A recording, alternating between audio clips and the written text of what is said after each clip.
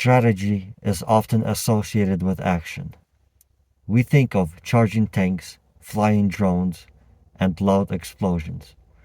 But Sun Tzu's 10th deception, feigning inactivity, is all about the power of doing nothing. The goal is to put the enemy off guard by appearing weak, passive, or even fearful. You allow the enemy to prod you, test your lines, and even insult you, all the while you remain silent.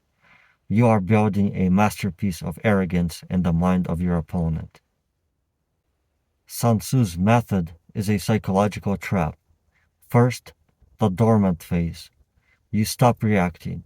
When the enemy sends a scout, you don't fire. When they take a small outpost, you don't counterattack. Second, the false security. The enemy observes your inactivity and concludes you are depleted, demoralized, or incompetent. Their natural caution turns into arrogance.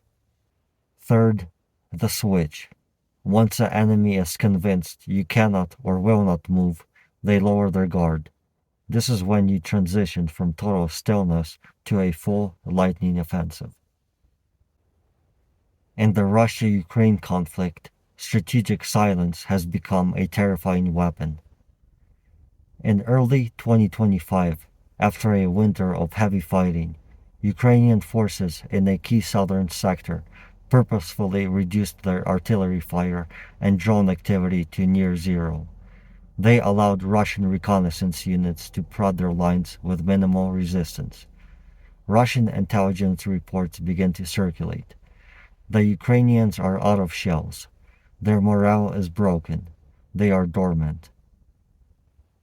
Believing they were facing a weakened, inactive force, Russian commanders moved their high-value command posts and supply depots closer to the front, thinking they were safe from a force that couldn't react. Then, in a single night, the dormant units unleashed a pre-planned storm of HIMARS and Storm Shadow missiles, followed by a sudden mechanized push. The Russian forces, caught in a state of arrogant complacency, had no time to retreat. We see this on the digital front as well. Ukraine often uses humble messaging, releasing videos of old, rusting equipment or soldiers complaining about mud. This projects an image of a force that is barely hanging on. It makes the Russian high command feel superior and arrogant. They stop checking their flanks because they don't believe a humbled enemy is capable of a sophisticated move. Sun Tzu's war tip is a test of discipline. Do not let them provoke you. If the enemy tries to draw you out with a small skirmish and you react immediately, you've shown your hand. You've proven you are active and ready.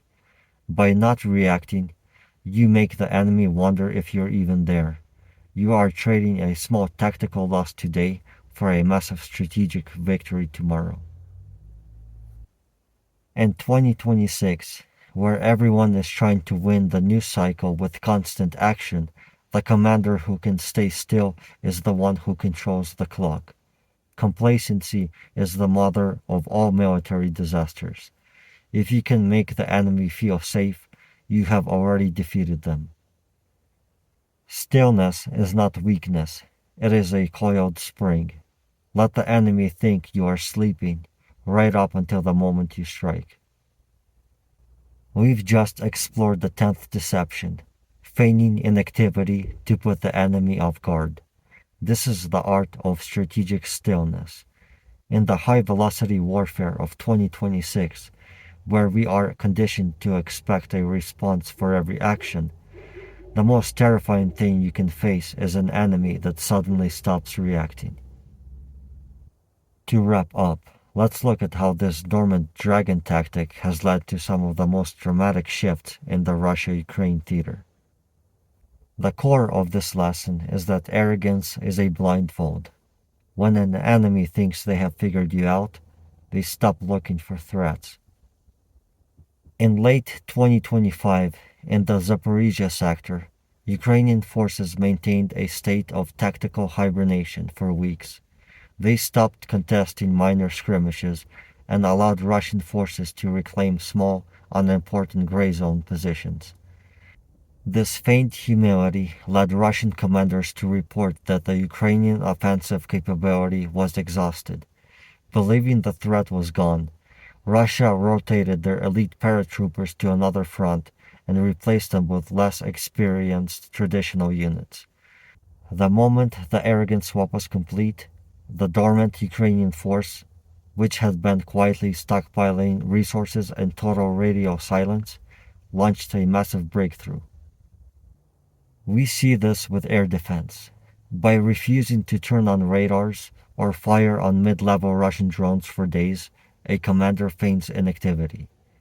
The enemy pilot becomes arrogant, believing that the sky is clear. They begin flying more direct, predictable routes.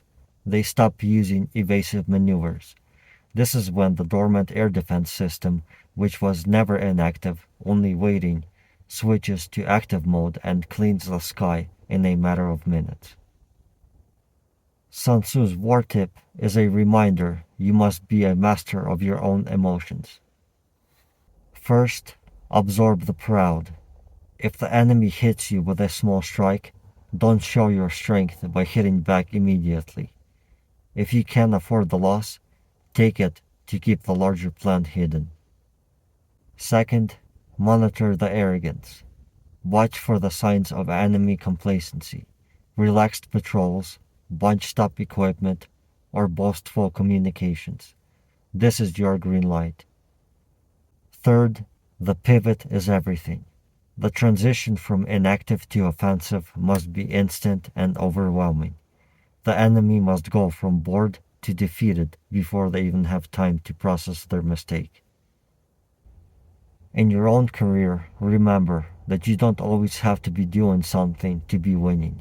Sometimes, the best move is to let your opponent think that they have already won. Let them relax. Let them be comfortable. Let them become arrogant. Because a comfortable opponent is an opponent who is about to be blindsided.